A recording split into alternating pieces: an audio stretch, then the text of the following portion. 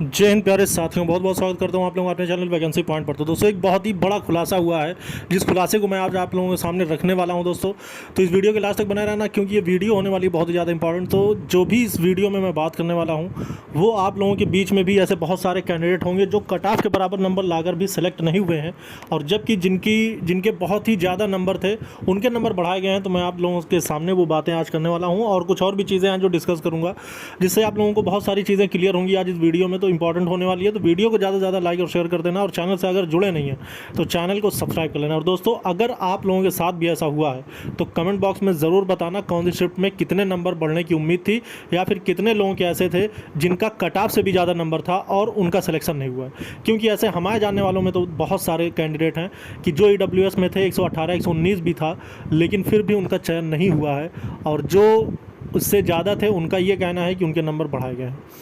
तो दोस्तों इस वीडियो में मैं यही चीज़ डिस्कस करने वाला हूं। तो दोस्तों आइए सबसे पहले मैं बता दूं दोस्तों कि 129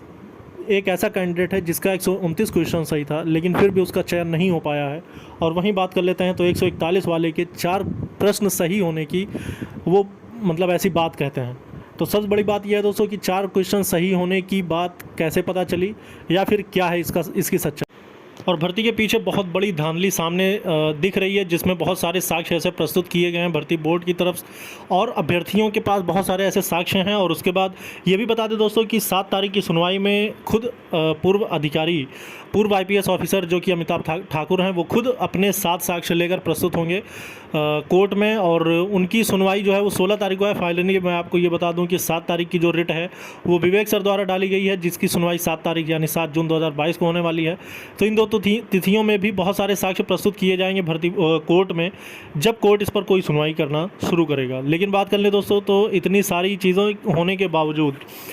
क्या कटौती सिर्फ उन्हीं अभ्यर्थियों की हुई है जो इस भर्ती में अपनी ईमानदारी से नंबर लाए थे, यानी कि जो ऐसे कैंडिडेट थे जो नियर बाई सिलेक्शन के थे उनके नंबरों में सिर्फ कटौती हुई है, या फिर उन अभ्यर्थियों के नंबर में भी कटौती की गई है जो इस भर्ती की धांधली में शामिल थे, या फिर भर्ती बोर्ड कब इन लोगों के नंबर शो करेगा। तो दोस्तों आपको मैं बता दूं कि जब इन लोगों के नंबर शो होंगे, या फिर जब भी होंगे, आज नहीं तो या जब फाइनल रिज़ल्ट आएगा,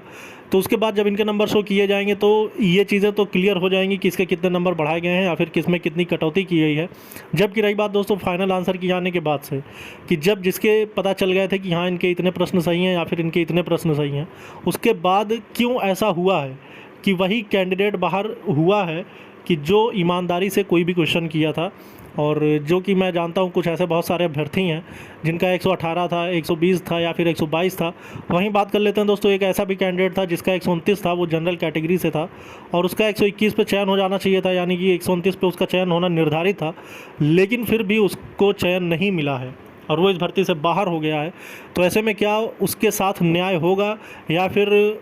जिस तरह से उसकी कटौती की गई है उसी तरह जो 140 150 क्वेश्चन किए हुए हैं उनकी भी ऐसी कटौतियाँ की गई हैं कि उनका चयन नहीं हो पाया है। तो दोस्तों आपके नंबर में जितने भी कटौती की गई है, या फिर आपके आंसर किए जाने के बाद जितने भी प्रश्न आपके सही थे, और उसके बाद कट ऑफ से कितने ज़्यादा फ़र्क थे, ये सब आप कमेंट करके बताने की कोशिश कीजिएगा, ताकि इससे ये भी अनुमान लग सके कि किस में कितनी कटौती की गई थी और किस में किसके साथ कितना न्याय हुआ है। और जहाँ तक रही बात दोस्तों नॉर्मलाइजेशन में एक दूसरी शिफ्ट को बराबर करने की जो ये विधि अपनाई जाती है, इसमें इस बार फाइनली ये चीज़ देखा गया है कि नॉर्मलाइजेशन में बहुत ज़्यादा उथल पुथल हुआ, जिसकी वजह से बहुत सारे ऐसे अभ्यर्थी थे जो बाहर हो गए हैं। फाइनली ये भी मैं बता दूं कि 36,000 अभ्यर्थी भले बुलाए गए थे, लेकिन इतनी बड़ी संख्या में भी ऐसे कैंडिडेट बाहर हुए हैं जो काफ़ी अच्छा खासा नंबर लाए थे, और वो कट ऑफ से उनके नंबर ज़्यादा थे। मतलब ये कि आंसर की में उनकी कट ऑफ से ज़्यादा प्रश्न सही होने की पुष्टि और ये सच्चाई है। लेकिन नॉर्मलाइजेशन होने के बाद जब रिज़ल्ट आया है तब ये चीज़ देखने को मिली है कि उन अभ्यर्थियों का चयन रुक गया है। तो ये भी देखना बाकी होगा। और रही बात दोस्तों कि जल्द ही इसका एक निवारण ये भी है कि जल्द ही इसके नंबर शो किए जाएं, ताकि ये भी सच्चाई पता लगाई जा सके कि किसके कितने नंबर बढ़े हैं और किसके साथ कितना न्याय हुआ है। और दोस्तों कोर्ट में सारे साक्ष्य प्रस्तुत होंगे, और साक्ष्य प्रस्तुत होने के बाद निर्णय जो होगा वो कोर्ट क्या करेगा इसका थोड़ा इंतजार करना पड़ेगा हम लोगों को 7 तारीख और 16 तारीख से। जुड़े नहीं है दोस्तों, फटाफट चैनल को सब्सक्राइब कर लेना, वीडियो को लाइक और शेयर करते रहिए। इस वीडियो में इतना दोस्तों, फिर मिलेंगे। जय हिंद, जय भारत।